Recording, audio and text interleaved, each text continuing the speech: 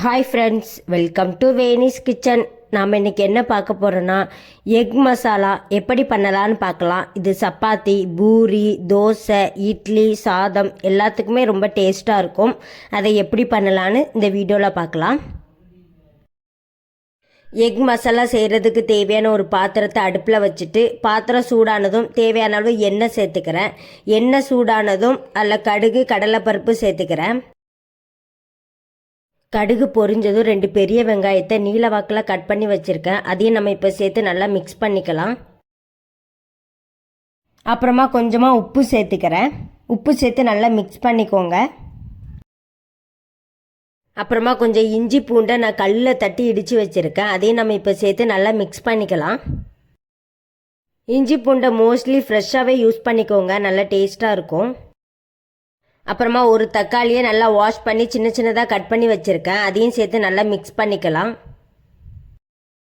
தக்காளி வெங்காயம் நல்லா வதங்கினதுக்கு அப்புறமா ஒரு 1/2 ஸ்பூன் அளவுக்கு மஞ்சள் தூள், 1 ஸ்பூன் அளவுக்கு மல்லித்தூள், அப்புறமா 1 ஸ்பூன் அளவுக்கு மிளகாய் தூள் சேர்த்து நல்லா மிக்ஸ் பண்ணிக்கோங்க.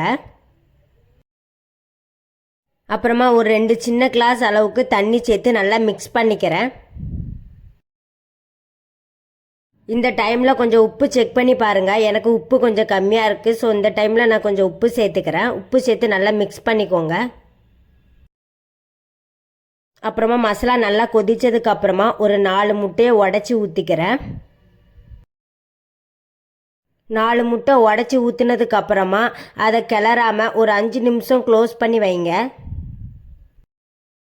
5 நிமிஷம் கழித்து அதை ஓப்பன் பண்ணி பாருங்கள். அதுக்கப்புறமா அந்த முட்டையை மறுபடியும் நம்ம திருப்பி விட்டுட்டு மறுபடியும் ஒரு 5 நிமிஷம் க்ளோஸ் பண்ணி வைங்க. முட்டை நல்லா வேகட்டும்.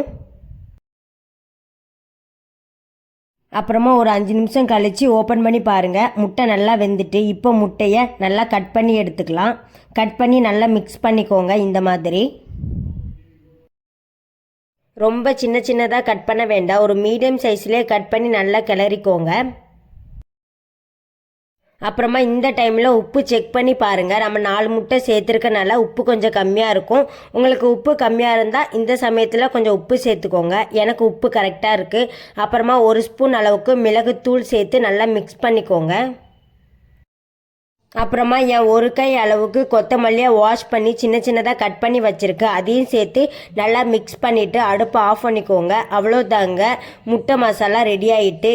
இதே மாதிரி நீங்களும் உங்கள் வீட்டில் ட்ரை பண்ணி பாருங்கள், ரொம்ப டேஸ்ட்டாக இருக்கும்.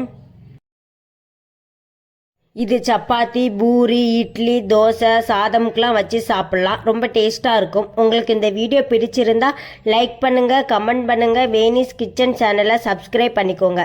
பாய் ஃப்ரெண்ட்ஸ், நெக்ஸ்ட் வீடியோவில் பார்க்கலாம்.